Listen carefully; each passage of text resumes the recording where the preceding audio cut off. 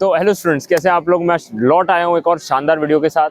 और इस वीडियो में हम समझेंगे किस तरीके से अकाउंटेंसी के एग्जाम के अंदर हमें आंसर्स को लिखना होता है, किस तरीके से उन्हें प्रेजेंट करना होता है ताकि हमारे इस बार बोर्ड के अंदर 99 98 मार्क्स आ सकें। तो चलिए वीडियो को जल्दी से शुरू करते हैं।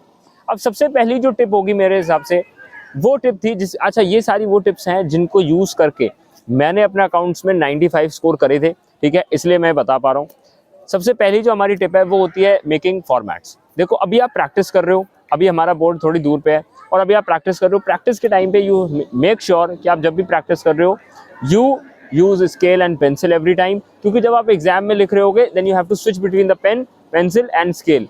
ठीक है, तो वो जो स्विचिंग स्पीड है ना वो आपकी बहुत ज़्यादा बढ़ जाएगी अगर अभी से आप उस चीज़ की प्रैक्टिस शुरू कर दोगे। कई सारे स्टूडेंट्स मैंने देखे जो इस चीज़ की प्रैक्टिस नहीं करते and then they just fumble in the exam, और होता ये है कि उनका पेपर छूट जाता है या वो पेपर अपना एक आध क्वेश्चन वही छूट जाता है या गलत कर देते हैं या आधा अधूरा करते हैं।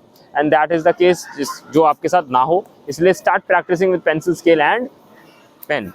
आगे बात करूं अगले पे, तो भैया वर्किंग नोट्स। कई सारे स्टूडेंट्स मैंने देखे हैं जो वर्किंग नोट्स अपने दिमाग में करते हैं। देखो, जहाँ पे जब एग्जामिनर हमारा जब बोर्ड्स के अंदर अपनी कॉपी चेक कर रहा होता है ना हमारी, तो उसके लिए वर्किंग नोट्स ना एक तरीके से वरदान साबित होते हैं।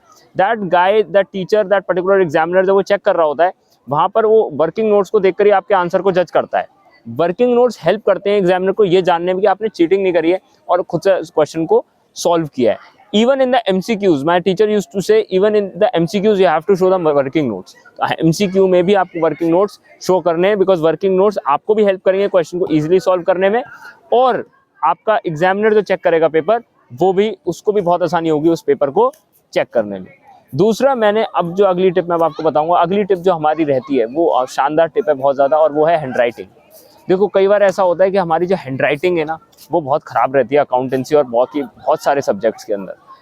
We don't pay attention to the hand writing part, और उससे होता ही है कि जब भी वो चेक कर रहे होते हैं ना एग्जामिनर वगैरह, उनको बहुत डिफिकल्टी होती है। देखो, एक एग्जामिनर को ना एक माइंडसेट बताता हूँ, जो चेकर होता है वहाँ पे, जो एग्जामिनर होता है जो चेक कर रहा होता है, क्या होता है ना, उसको जो पर्टिकुलर टीचर होता है वो पर्टिकुलर स्कूल या कहीं से भी होता है, और उसे एक ही दिन में 25 30 40 कॉपीज़ को चेक करना होता है उसी दिन। नाउ अगर आप जितना उसका सरदर्द बढ़ा दोगे ना, because of various reason, working notes ना देकर, हैंड राइटिंग खराब करके, अदर रीजंस, वो होता ही है कि अल्टीमेटली वो परेशान हो जाता है एग्जामिनर, और उसके बाद वो आपके नंबर भी काट सकता है। वहीं अगर आपने अपने एग्जामिनर को आसानी दे दी ना, तो वो बहुत आराम से स्मूथली पेपर चेक करेगा। तो यहीं पर आपको ध्यान रखना है कि आपकी कैलकुलेशंस एक तो साफ तरीके से लिखो आप, ताकि आपको दिक्कत ना हो।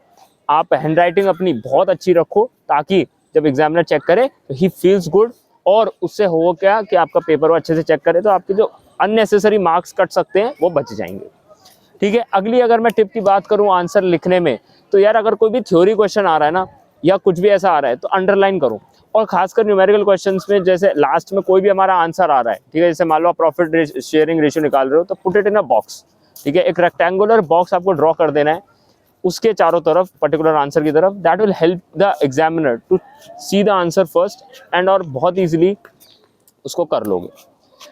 ये थी कुछ शानदार टिप्स अकाउंटेंसी के लिए। नाउ यू कैन, अभी मैं इको और बिजनेस स्टडीज के लिए भी लाऊंगा। चैनल को सब्सक्राइब कर लेना, वीडियो को लाइक कर देना, और अपने दोस्तों के साथ शेयर कर देना जो अभी क्लास 12th बोर्ड्स का एग्जाम देने जा रहे हैं। Thank you guys for watching this video and I will see you next time.